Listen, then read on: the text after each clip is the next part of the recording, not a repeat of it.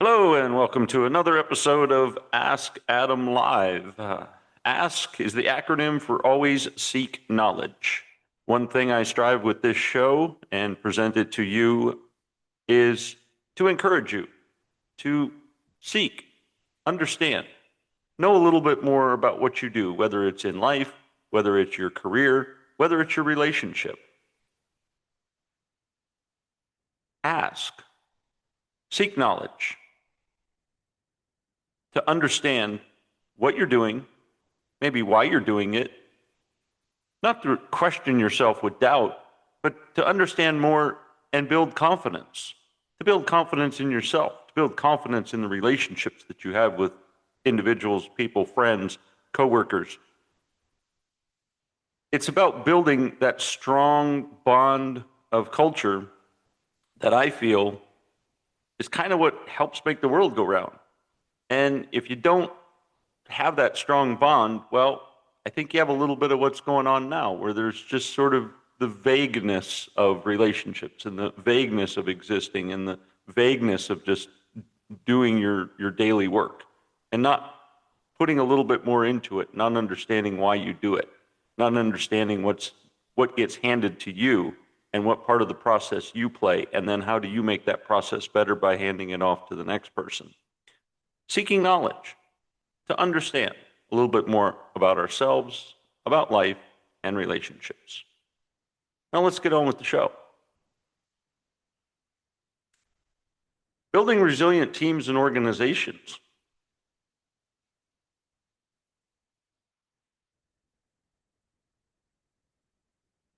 Resilient cultures don't break. They bounce, they adapt, they grow.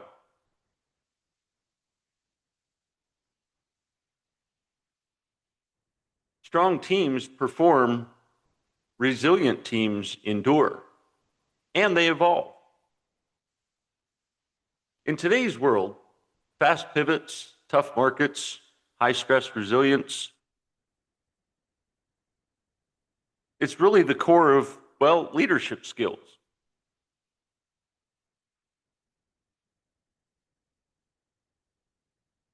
I remember, well, reinventing myself, if you will, and I've done it several times, so I think I speak from experience that you can plan for everything to go right, you can plan for the best, you can put everything in place, doing it correctly. Something's just not going to go right. It's not that we live in an imperfect world, it's just that you can't plan for everything. And it's like I've always said, is life's happening for us, not to us. So first of all, it's not happening against you. It's just the nature of things. I mean, we live on a ball spinning through space at 600,000 miles an hour. Stuff's going to happen. It's just going to happen. So don't beat yourself up that when you plan, strategize, and put things together that it doesn't all come into play. But look at it this way, is that it's happening for us because it's there to, well, prepare us for the next step. I don't want to say the result of something is to always be teaching you something, but I guess the mindset you should have towards that is, what is it teaching me? What is it something I need to know? What is it something maybe I forgot? What is it something that I need reassurance? You know, many times I've found that maybe the success that I was looking for from a particular event didn't occur for any other reason than it just wasn't supposed to. And then it reminded me that not everything is perfect, but that I can strive each day to be more perfect. So in this episode, we're going to unpack the pillars of organizational resilience. What makes teams recover, refocus, and rise stronger when the pressure becomes something. Let's redefine resilience in the workplace. Resilience or burnout survival. It's not about pushing through. I know many times we get that understanding of, I just have to get through this. If I just keep doing something, I will get to the end.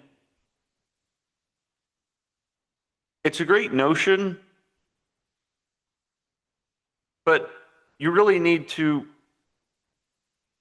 stop for a moment and pause. You really need to like recover with intention.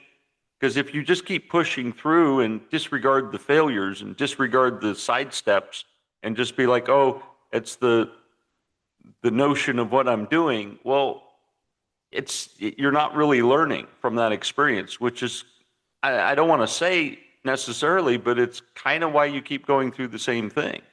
It's kind of why you keep having those struggles, is because you're not learning, and learning creates the ability to adapt, because you now see things coming and you can pivot from them, and therefore, yeah, things are going to happen.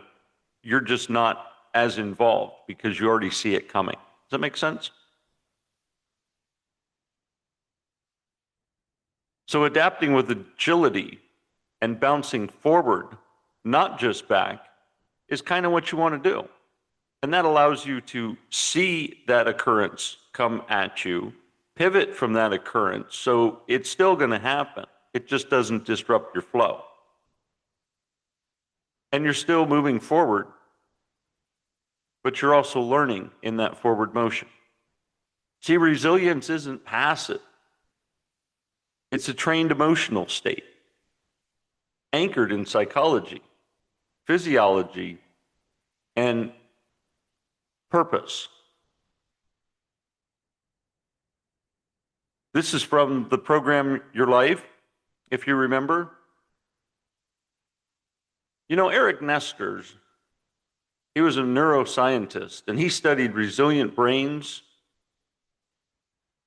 and they isolate emotional stress differently by adapting emotional stress and reducing the overload. Again, you see it coming and you pivot from it, but it doesn't affect you. It doesn't change like your trajectory. It doesn't spin your world into chaos. It doesn't distract you or set you aside from your forward path. And that's truly what building resilience is. It doesn't mean that the weird things aren't going to happen. It just means that you're more prepared because you see them and you learn. And hey, don't beat yourself up. If this is something new to you, we were all there. We all started with this notion of, gosh, I don't know what to do in this event. But as you learn and as you pace yourself through things and as you see the events that are occurring, again, don't beat yourself up. Stop, breathe, and say, okay, life is happening for me, not to me. What does this mean? And don't ruminate on it too long. Just take that in, rest with it for a moment, and breathe. Even if you come walking away with the vague understanding, you still have learned something. You don't have to, again, don't study it so hard that you get distracted again by it. So if it hasn't put you in a tailspin and spun your world around, but it just simply distracted you, don't allow it to do that either. Just understand what it was for, what the event, how it occurred, how to pivot around it, and how to see it happening again. Because inevitably it's going to happen again.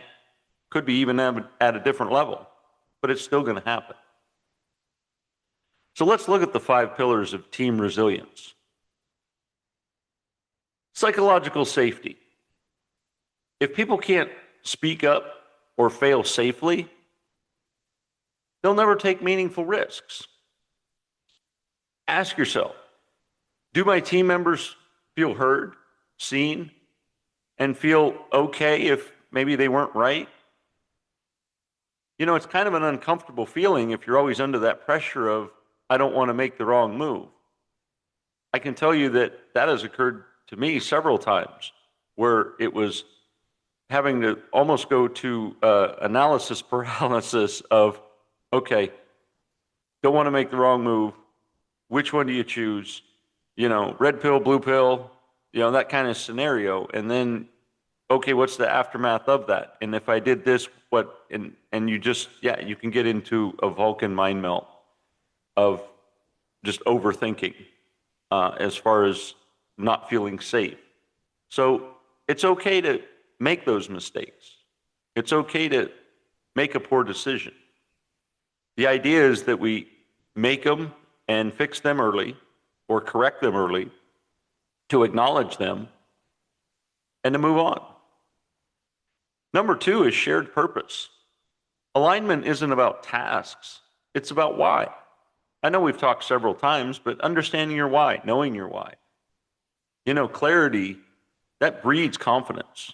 When you understand what you're doing and you understand why you're doing it, you understand how something gets handed to you, what your part in the function is, and then what you need to hand off to the next individual if you're in task work and stuff like that, and how would they best want to receive what it is you've done. You know, that aligns with the shared purpose. And that also aligns with doing a good job. And as you do a good job, and the person before you has done a good job, then you're both passing that dual good job on to the third person, and so on. And as each person is able to focus more on their task rather than having to review, say, your work from your function as well as their task, well, then there's a little bit more confidence in the team. Third is emotional regulation. You want to teach and model self-awareness, check-ins, if you will. You want to pause before you react to rituals. Another thing is to promote daily decompression, not toxic positivity. Like I said earlier, at the moment, stop, breathe, and understand what is this, and then move forward. You're certainly going to clear your head by taking this pause. You're certainly going to allow yourself to make the better decision moving forward rather than just sort of being in haste and trying to get through it and push through it. See how that just doesn't work? Fourth is adaptive communication. Communication must flex across personalities, stress levels, and situations. One of the things I've talked about before is the mirror and matching and active listening. People will align much more with you when they see that, well, you're relating to them and that you're connecting with them. When you're active listening, that means paying attention to them. And let me give you a little secret too, is psychologically speaking, when you're looking at that other person, look into their left eye as you're speaking to them. Or as you're mirroring them, you look into their eye. You're connecting with them. This is a form of active listening. And remember, celebrate wins. Number 5. Micro wins must be acknowledged. Create a culture of praise, not just performance. The little wins, pat each other on the back for something even small, that you're kind of in the race together, or even those small forms of encouragement. To just say, hey, we're doing good, let's keep going. Not necessarily at the end after the victory, because those small little wins throughout even if you didn't get to the ultimate goal, those small little wins still help to build confidence for the next time you're in the trenches, as they say, and going through the hard work.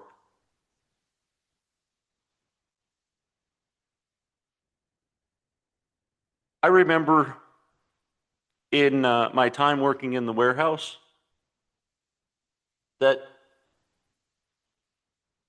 instead of demonstrating the numbers I offered a visual to my team that, hey, we need to fill this space, or we need to fill a trailer, or we need to move this from this.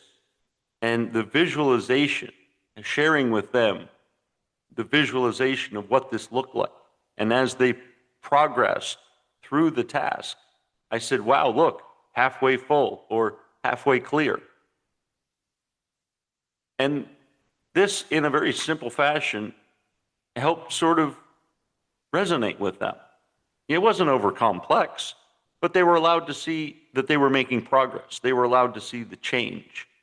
And you know, that simple kind of check-in and the simple kind of share of, hey, you're doing good. Look, it's almost clear, or hey, this is almost full.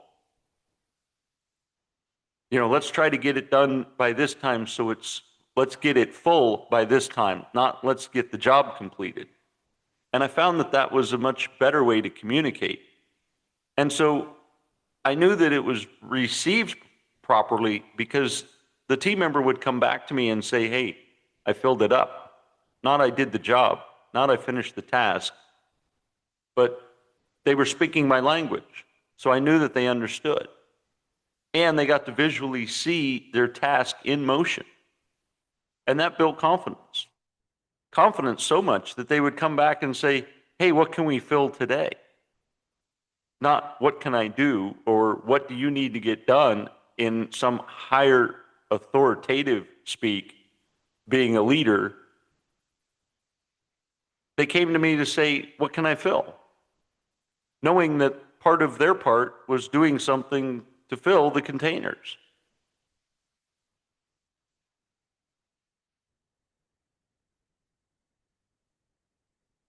Part 3, tools to build team resilience. Here's some practical systems. See, I start meetings with wins. You know, a positive share before diving into the task, it kind of sets the tone that it's not just a, hey, we're here to do some work and get to it. It's sort of that encouraging notion to understand a little bit more about someone. Most people don't like Mondays, but in this particular case, I loved Mondays because it was my ability to, or my opportunity, I should say, to be able to ask, how was your weekend? What did you do? That would be that short 3 to maybe 5 minute conversation. I believe it engaged with the team member that they felt like they were a part of a family, that somebody was more interested in what they were doing and what they were about rather than what they were there for. And that sort of develops that family atmosphere. Again, I knew that the feedback that I received was because now they would engage and not just tell me what they did and move along, but they were feeling a part, like a participant. And they would share the same question. Hey, what did you do this weekend? And then I feel like it became a game that who could get to who first and ask them about their weekend. That builds strength. It's a tiny thread, a small conversation, but that tiny thread is what kept this fabric known as a team together. Feedback Fridays. Rotating team leads and check-ins that were focused on the process of improvements, not blame. And in this same scenario, team members would start coming up with solutions. Like, hey, I started doing this instead of that, and I found it worked easier. And it almost built that confidence where it wasn't asking it for permission, it was them sharing that they came up with a new idea and then it worked. And your acknowledgement to say, hey, that's good. And not necessarily saying, oh, you shouldn't have done that. Don't forward think. Don't make your job easier or more fluid.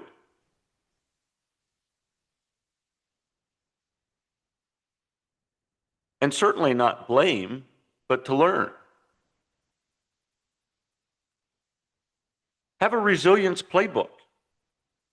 Document what worked during the past tough times, whether it was layoffs, pivots, or high stress. I remember several times, gosh, at least once, maybe twice a year, they would perform what was called a stress test. And they would basically overload the system on purpose. They would kind of dial back and have some slow days, and then they would just slam production through. And it was about just seeing how we could do in a stressful situation. Could we pull off these large numbers? Could the team, endure through this process? Could the equipment and conveyors and the transport systems around the facility, could all of it hold up to the volume that was getting moved? And we would take notes so that we could make it repeatable. And even learn, hey, maybe we should look for this next time. And so it didn't catch us by surprise.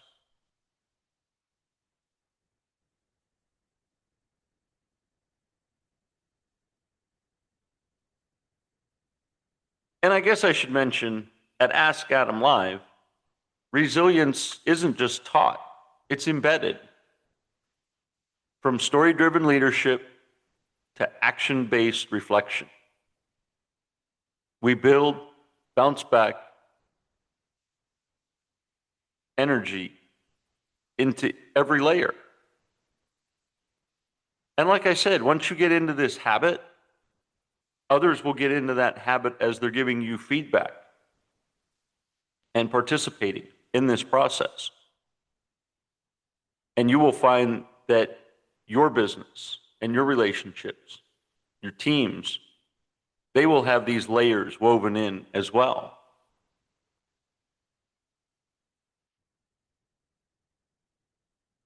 So what are the organizational level levers? This would allow leadership to instill resilience. Train for cross-function. Reduce the single points of failure. This was one of the things I always did. And yeah, you get a little pushback. Why am I doing this? I never do this. I always like doing what I did before. Yeah, but cross-training is really important because when you need to pivot, whether it's the overload of a stress test or whether it's the holiday week or day of a holiday throughout the year that you're just thinly staffed, you need to be able to pivot people into other roles and not let that moment of shortness become a failure because it all of a sudden became training camp when you really needed people to step up. So train for cross-functionality. And like I mentioned before, celebrate failure as learning. Fail fast, learn loud. That way the team, when you express this and say, hey, here's where we failed, and here's what we need to look out for, well, now you're not just looking out for that event to occur, the team is looking out for that event to occur. And that way you have more eyes on the board, if you will, to see what's going on and to know that they can either pivot and limit that failure from occurring or at least call it out so that you can see it from a distance and pivot and make those moves. And as mentioned earlier, you need to implement this as well as you build downtime into your system for mandatory recovery time, right? You can't just keep pushing through. That's kind of, I want to say, the old way of thinking. I hear older people, oh, we pushed through, we made it work. Well, yeah, but what was the collateral damage from doing that? And I think we see a little of that today in society. So how can we shift culture? We make what's working and what do we need to do to adapt? Make that a daily rhythm. To build, again, this small thread that's getting woven through the fabric all of a sudden becomes something unbelievably strong. So let's recap. Resilient teams are built through safety, clarity, recovery, and celebration. Resilience isn't the absence of hardship, it's the ability to repurpose it. So let me leave you with this call to action. Audit your team for the 5 pillars that were mentioned. Share one resilience building ritual you'll implement this week using hashtag resilience by design and tag at AskAdamLive. I hope this share has allowed you to start coming up with some ideas of your own to build that resilience with your team, with your relationship, even with your family. Again, it all begins with how we perceive ourselves, how we perceive the task or the function, whatever it is, the connection with someone, and what we do about it. Tough teams get results. Resilient teams change culture. Be the leader who builds, bounces back, or who builds the bounce back in your foundation. If you've enjoyed this episode or know someone who might, click like or subscribe and share this with them. I certainly would appreciate it. Now let's go out and make it a great day.